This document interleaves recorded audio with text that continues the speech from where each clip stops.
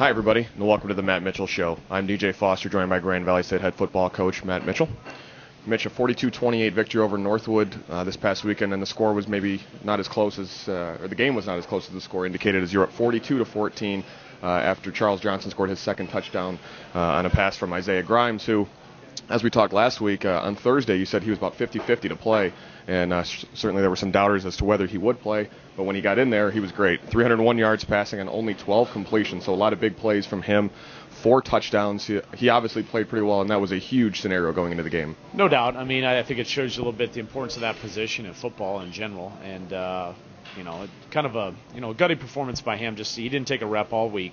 Was in all the meetings. Was when he wasn't going to class, he was getting a lot of treatment and working hard with Mark Stessner, head athletic trainer, to try to get this injury taken care of. And still a lot of doubt, in terms of soreness and some things that were happening throughout the course of the week. And then basically, on Friday morning, he said, I feel pretty good. We did some strength tests and come back like, his strength was back to where it needed to be a little bit. And went out there, threw some balls to some of our receivers Friday, and just limited number of balls, had no pain. Well, let's not push it. And so Saturday came out pregame warm-up, and it wasn't quite 100%, was feeling pretty good. So we decided to go with it. And I think the fact that he was able to do what he did was 2 factors. One, him being very diligent throughout the course of the week in meetings. The other thing, our ability to run the ball. Sure. It wasn't like we had to sit there and drop back and throw it 50 times. Mm-hmm. Our ability to really run the ball and have to limit the number of throws. I think he only threw 19 passes, and a lot of those passes that we threw were based play action off of our run game. And so I think that made a huge difference too. If he had to go out there and throw 40 snaps because we're down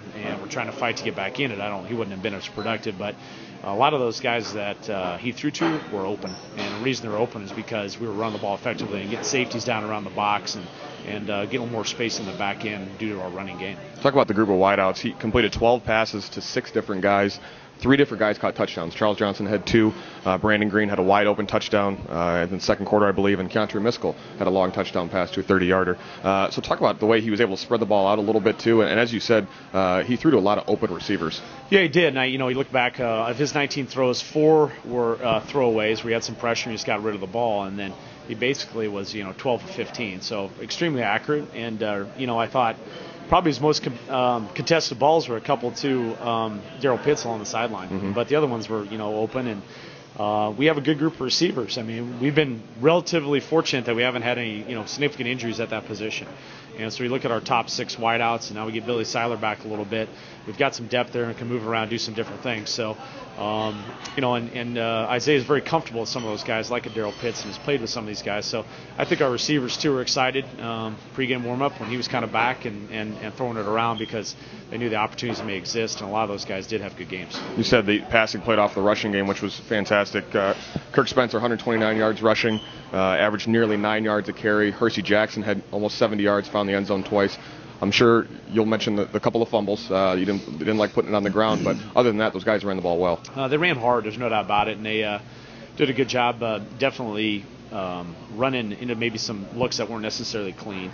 And so I think Kirk is getting more comfortable within our offense. We run a lot inside zone, outside zone. He's getting more comfortable with the aiming points where he has to hit it. So I think you're seeing a development of a player. It's getting a little more comfortable back there in terms of what he needs to do to have success at running back position. Obviously, he knows that like the rest of everybody on our team knows that we can't afford to put the ball on the ground. I mean, if you look at the 14 points that Northwood scored in the first half were both off of turnovers. Right. And, some of that falls on our defense, not doing a great job in setting change opportunities. But with the nature where we're at and not necessarily a dominant defense, our offense has to help protect our guys and not give them extra possessions on that side of the ball. So ball security's got to be at a premium. I think that's one thing.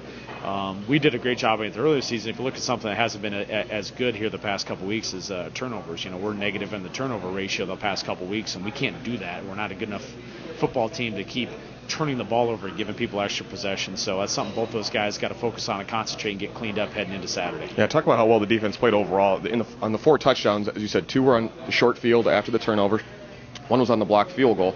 So really only 1 long touchdown drive for Northwood. You held them to 176 rushing yards. You got to be happy with that number. Yeah, made some progress. And like I said, I think I don't want to sound like a broken record if you list some of the things, but there's a variety of factors. Obviously, Northwood was down their starting quarterback, and they weren't quite as full speed, on their offensive side of the ball because of some personnel losses. But we've suffered that too. So, right. But for us, I think getting some players back. Matt Judon had an impact on that game. Ryan Pettis is a very consistent performance for us. Having Sam Power back, playing Isaiah Dunning a little bit more down inside. Those guys had an impact on that football game. I also think that we were much more diligent throughout the course of the week on our run fits and getting guys in the right position. And, we were better tackling, too. We're more solid tacklers, too. So I think Luther Ware probably played. He stepped his game up. He had been playing, but definitely not as well as he played on Saturday. He was all over the place. And really, kind of the all-conference type performance, I think, that we expect out of him at that position. So we had some guys elevate their games a little bit, got some guys back. Took a hard look at what we needed to do from a scheme point as coaches, and so all those things kind of work together. And then, we play a lot of man coverage and put a lot of our corners in one-on-one situations, and you don't want to disregard the fact that we did a good job out in the perimeter also. Yeah, Luther Ware named the GLIAC Defensive Player of the Week after his performance. He had 5 of your 14 tackles for loss. Again, those guys just were terrific. Was it more the scheme or them just executing the scheme? I mean, I know you went in with a good game plan. I think it was a combination of both. I think we started to play a little bit to our players' strengths in terms of some movement that we did up the defensive line and those type of things. But our guys also were playing off blocks and were controlling the line of scrimmage a little bit more. We weren't getting pushed around. So good takeoff and some penetration and probably I haven't looked at it, but more tackles for loss I would imagine in one game than we've had the rest of the year. And I just think that some of that's a combination of both scheme and the players also executing it too. So both those things married together led to a better performance. So again, we're going to get a really, really tough test against Hillsdale. They did a really good job on their offensive line and running back. We will get a better gauge of how much getting these guys back and the progression we made on defense. We'll get a very good evaluation where we're at after Saturday's game. Hillsdale 6-1 in the GLIAC play. They're in first place in the North Division as there's 4 teams tied with 2 losses. Overall, Hillsdale 6-2.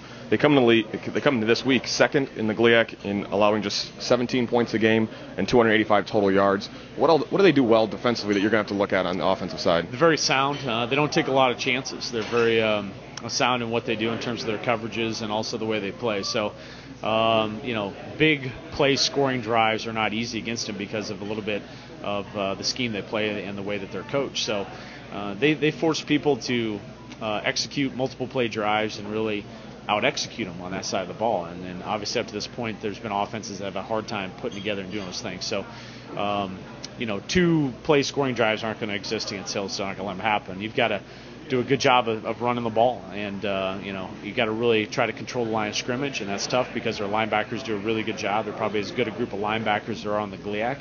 And so it's going to be a little bit of their strength, of their linebackers and some of their defensive linemen against our O-line and our running backs. But we can't sit there and drop back and throw the ball 50 times a game. That's not going to be who we are. We've got to be able to try to control the line of scrimmage and set up a lot of our passing based on what we do in the running game. Last 3 regular season games against Hillsdale, it's been a 3-point game each time. Obviously on both sides, for Hillsdale or for Grand Valley. Those little mistakes will shine, obviously, in weeks like this. Is that something you kind of go over with your team even more? Can't miss field goals, can't turn the ball over? No doubt. Every play is going to matter in this game. There's no doubt about that. So, you fumble, no big deal, get a block play. Those type of things can't happen in this game. Even look at the last play last year.